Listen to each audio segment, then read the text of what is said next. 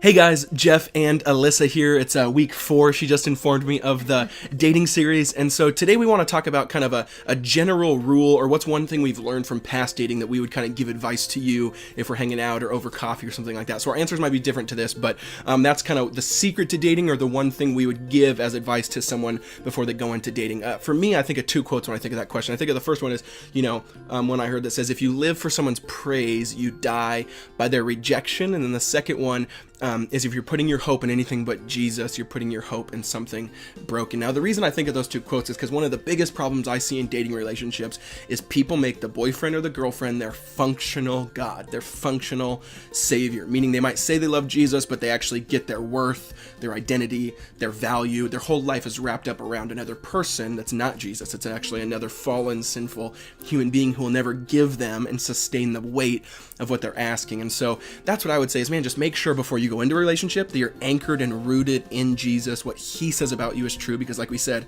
everything else is broken, but he's anchored. He's hope, right? He is kind of the rock that you can stand on that allows you to then be so healthy in your identity that then you can actually have a proper, healthy relationship. And so that's kind of what I would say for the advice, because the truth is, what you need to realize is, when you break up with someone, that's fine. You broke up and it's hard and it might be difficult, but if you do it in a healthy manner, it's not that bad.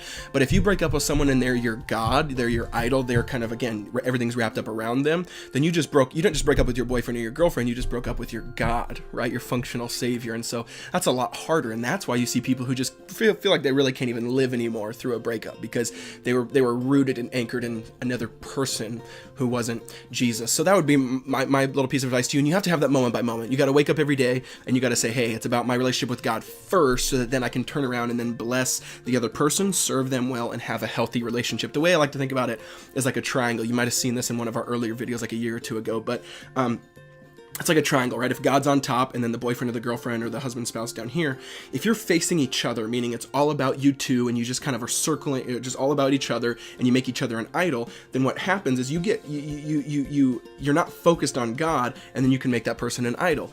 But when you actually both turn shoulder to shoulder, look at God up at the top of the triangle, and you guys are both pursuing God first, what's crazy about the triangle is you naturally get closer to each other as a byproduct. And so that's what's fascinating to me with Alyssa, is the closer I get to Jesus, the more I'm praying, the more I'm thinking, the more I'm soaking in grace, the better I can actually treat her. And the one way I've seen this play out specifically in me, especially in unhealthy dating relationships I've had in the past, is in conflict, right? So for me, in high school and early college, when I had really, really poor relationships where I made the other person a functional savior per se, when conflict would arise, I had no choice but to react in a reactionary manner, meaning I was like a slave to them. So if they did something that upset me, because they were my God, I had no way to go, and I couldn't actually act in a healthy way because I was a slave to them, right? So when they kind of pulled the rug out from underneath me, I just had to react in an upset or an unhealthy way. But when you're rooted in Jesus, again, what he says about you is true, him as an anchor, what's really beautiful about that is then when conflict arises or when something arises, you can actually say, hey, my identity and worth is being drawn from Jesus and his grace, so I can give you grace in this moment, even though you're maybe not giving me grace. There's an anchor to it that kind of shows you're not fully a slave to the other person. And actually, when you get to that place, it actually provides such a beautiful foundation for a healthy relationship. So that's what I would say. And the last thing real quick I would say is don't hear me say that I'm saying desire is bad, right? You can get satisfaction from a relationship. God created us to be in community. He created us to be in relationships, all those things. All I'm saying is just don't make that the rootedness. Don't make that the anchor. Make Jesus that, and that's a great place to be. So that's what I would say. What would you add to that? Yeah, I think that was great, babe. My thing I was thinking of is communication. Mm-hmm. And that sounds so normal, but I was thinking communication with the Lord, communication with people in your life, and communication with the person you're dating. And so communication with the Lord, I think in dating relationship, always be praying, always be going before the Lord with an open hand, giving the person over to the Lord, whatever he wants for this relationship, whatever would glorify him. And I think that helps to not idolize the person when you have an open hand and you're not tight-fisted, and knowing that, this isn't in your control. You are a participant in it, and you obviously make wise decisions, but God ultimately is going to have his way. And so just to really be praying it and giving it over the Lord every day and asking him for wisdom of each step and of how to communicate and get to know each other, and then communication with those in your life. So those that are close to you that you really trust and you really value their opinion and their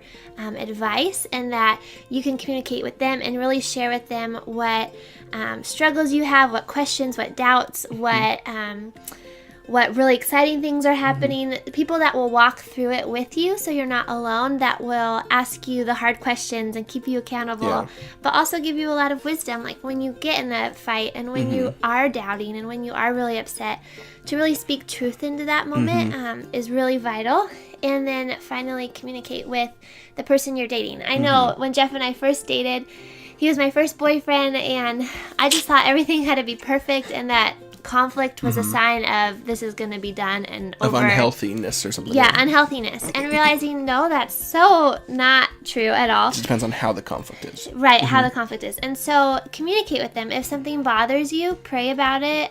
Maybe talk to a mentor, but then talk to them about it. Don't just bury it and let it, harbor bitterness or these doubts in you, but actually talk it out so you can understand one another and draw closer to each other, and just communicate like your desires and when you do this, I think this, and your hopes and your dreams, because you're getting to know someone, and so you want to communicate with them. So that's what I would say, communication with those three people. That's good. That's a book outline, communication with God, communication with others, communication with the person you're in a relationship with. So we hope this was an encouragement. Again, we love you guys. Send us your questions, and hopefully we'll see you in the next video. Hey guys, I hope you enjoyed that video. A few quick announcements. One is Audible, which is Amazon's audiobook feature. They're actually doing a cool thing where they're giving people my audiobook for free, which, yes, it's read by me, kind of like in my Sean Connery voice. I'm totally joking.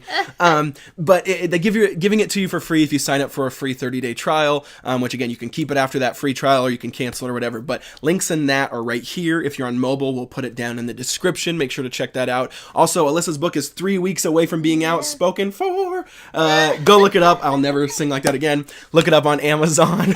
And then lastly, you guys always ask me in the comments, so I thought I'd do it preemptively. My shirts, we got some new ones in. This one actually says I'd rather be drinking coffee and reading a book. Pretty much story of my life. Links are down there as well. So we love you guys. Talk to you later.